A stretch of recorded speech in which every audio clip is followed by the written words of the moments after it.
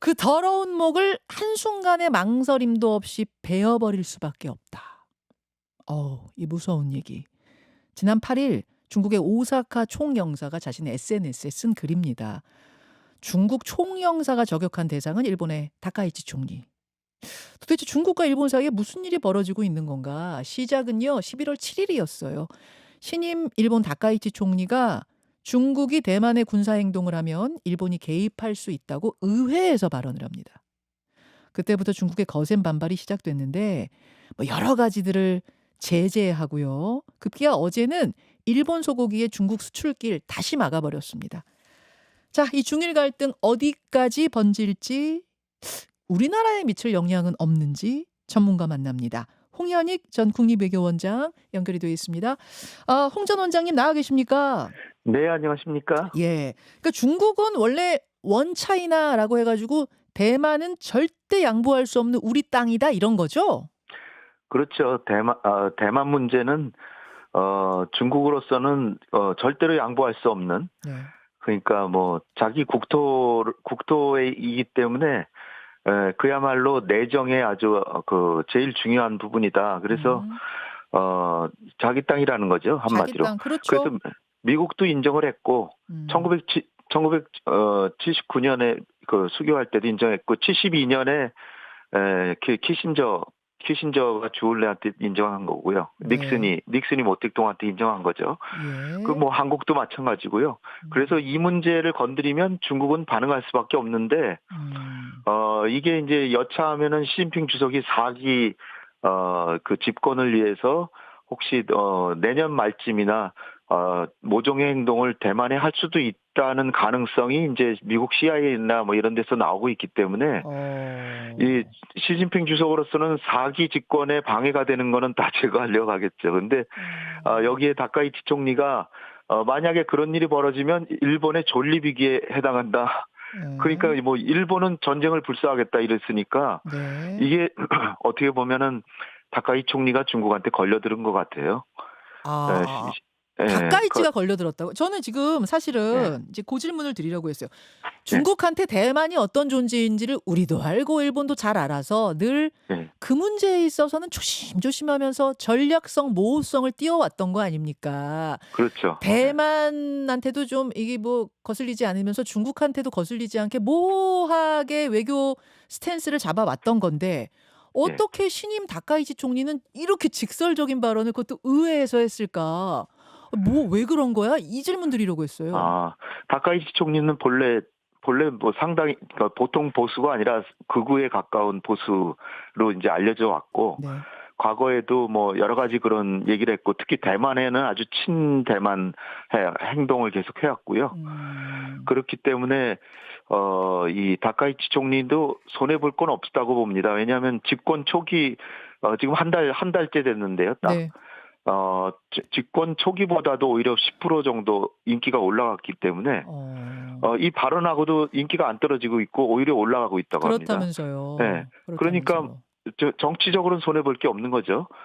그런데 음. 이제 중요한 거는 일본과 중국과의 관계에서 2010년에 중국이 이제 일본을 경제적으로 능가했거든요. 그게 네. 계속 벌어지고 있는데, 음. 지금은 중국이 훨씬 맷집이 큰 상태인데, 음음. 여기에 일본이 이렇게 파문을 일으키는 것이 과연 국익에 도움이 될까? 어허.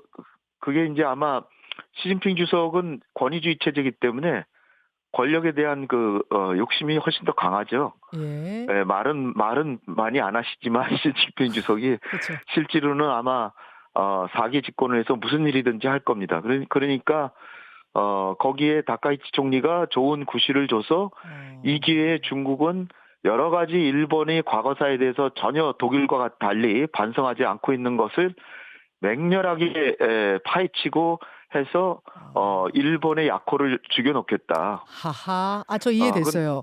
가뜩이나 근데 일본하고 미국하고 가깝잖아요. 그렇죠. 그래서 중국한테는 지금 눈에 가실 텐데 '아이고 잘 걸렸네.' 지금 이런 마음이 시진핑 주석한테는 있을 수 있다는 거군요. 시 주석이 미국한테는 그렇게 못하지만 음. 잘 된 거죠. 마피아들끼리도 이렇게 싸우다가 보면 그 예. 보수끼리는 예. 굉장히 덕담만 하잖아요. 예. 예. 근데 그 밑에 있는 그 부하들은 예. 사정없이 가서 죽이고 그러잖아요. 그러니까 맞아요. 일본이 날뛰다가 걸린 거죠. 근데 일본의 정치 최고 지도자인 다카이치 총리도 예. 자기의 정치적인 이해관계에 손해 볼 거 없으니까. 이 대목에서 우리가 하나 꼭 알아야 될 게 네. 대만이라는 그 정치 체제가요. 네.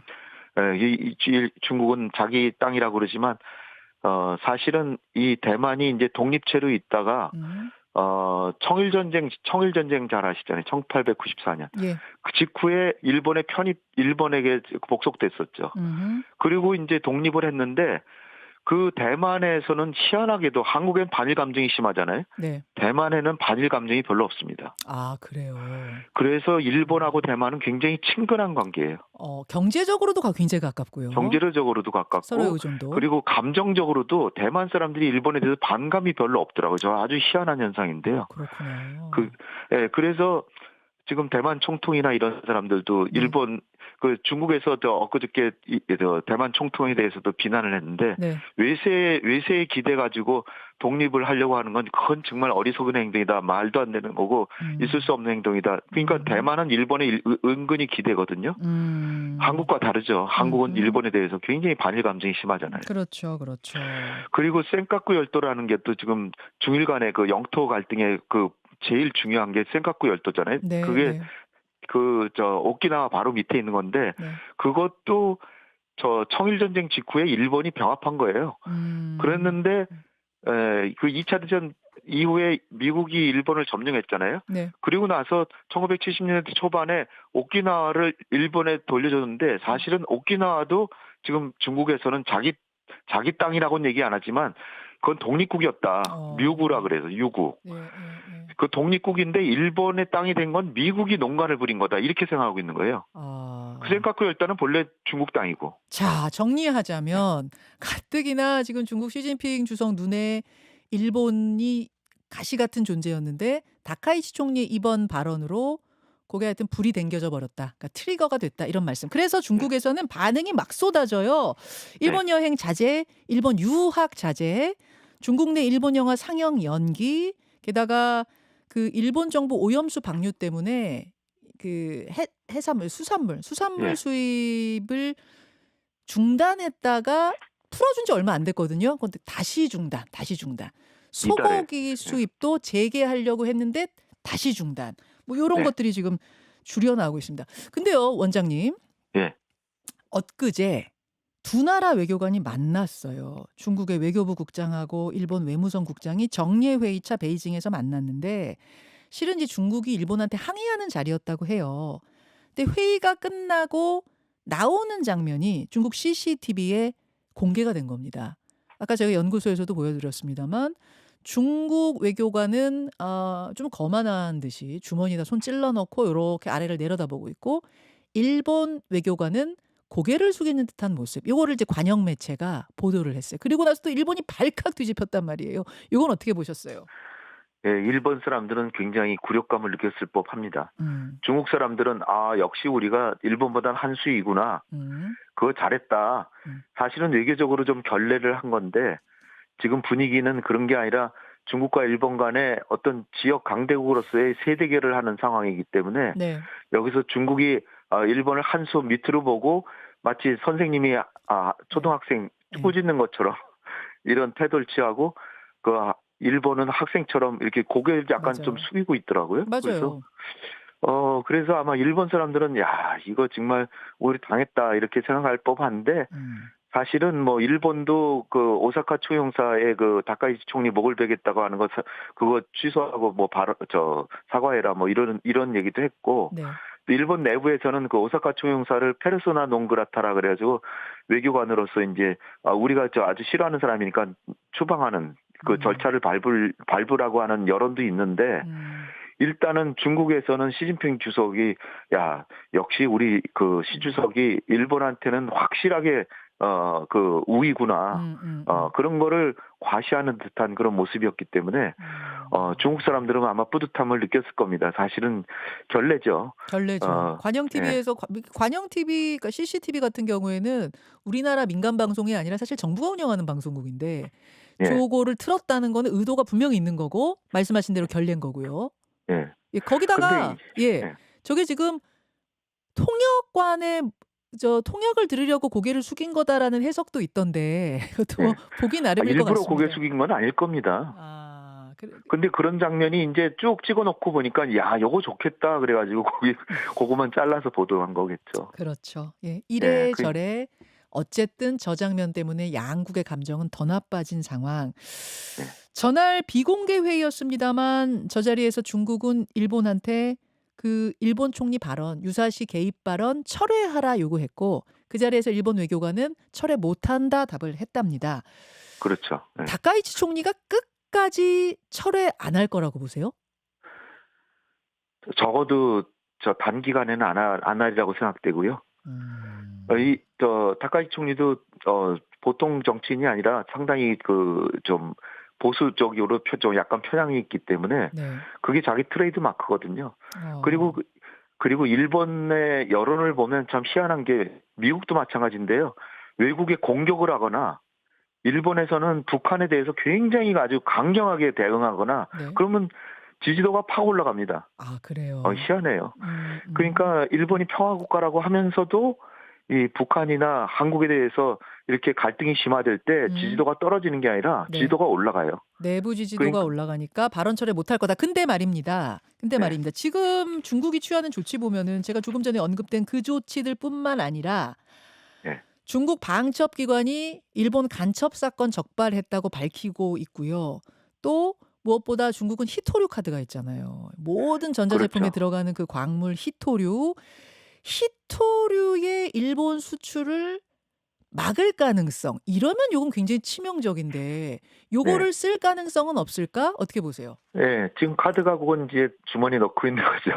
그쵸. 결국은 쓰지 않을까 싶은데요. 어. 결국 중국이 요구하는 건 일본이 고개 숙이라는 거예요. 그쵸. 일본의 최고 지도자가 음. 한 말을 취소하고 사과하라는 건데 네.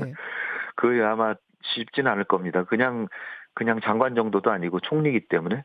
그런데 음. 2010년에 센카쿠 주변에서 소위 불법 조업을 하던 중국 어선을 일본이 납포해서 일본으로 데려갔어요. 네. 그때 히토류 수출을 중지했는데 그 당시는 일본의 대중국 히토류 의존도가 90%였습니다. 와. 지금은 일본이 많이 노력을 해서 60%로 줄었는데 어. 60%도 상당하죠. 지금 상당하죠. 미국도 사실상 고개 숙였는데 히토류 때문에. 예, 결국은 아마 쓸 거라고 보는데요. 음. 그러면은 아마 그래도 총리가 과연 사과를 할까? 어. 거기까지는 제가 장담하지 못하겠는데요. 중국은 이 히토류 카드 쓸 거다. 근데 일본은 다른 사람도 아니고 총리이기 때문에 바로 발언 철회, 바로 사과는 못할 것. 그럼 어떡해요? 그럼 이거 언제까지 히토류 없이 살 수 있어요, 일본이? 뭔가 총리 사과 아닌 다른 다른 길을 찾지 않을까요?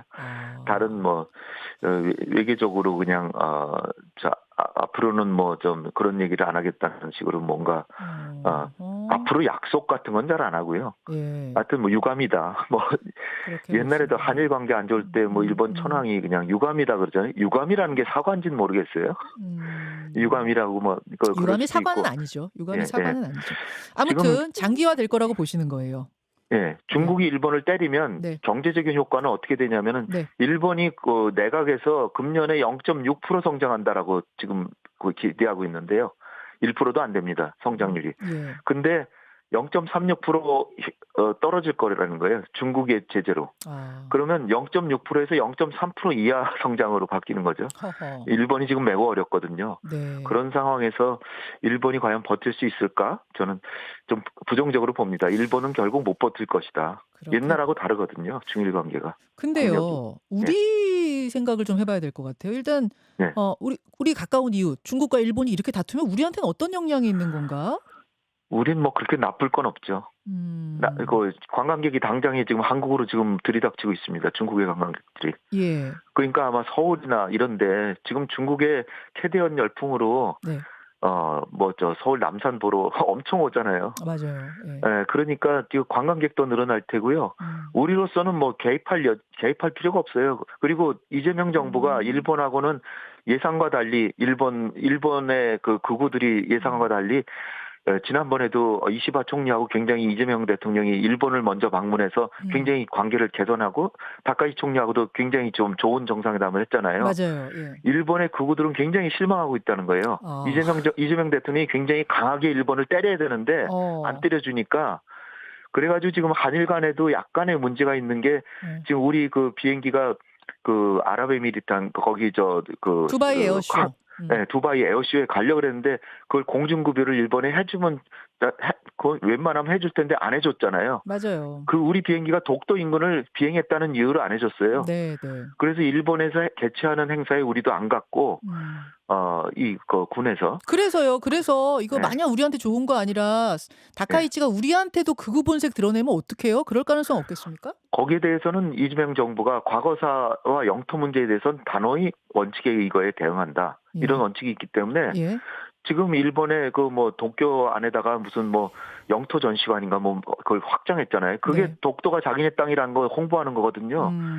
그러니까 다카이치 변한 게 없어요. 단지 지금 초기에 자기가 연립 정권한 한 상황이 50%를 안 넘기 때문에 알겠습니다. 처음엔 강하게 안 나갔는데 알겠습니다. 우리가 예. 과거사에 대해서는 양보할 예. 필요 전혀 없습니다. 여기까지. 고맙습니다. 네, 감사합니다.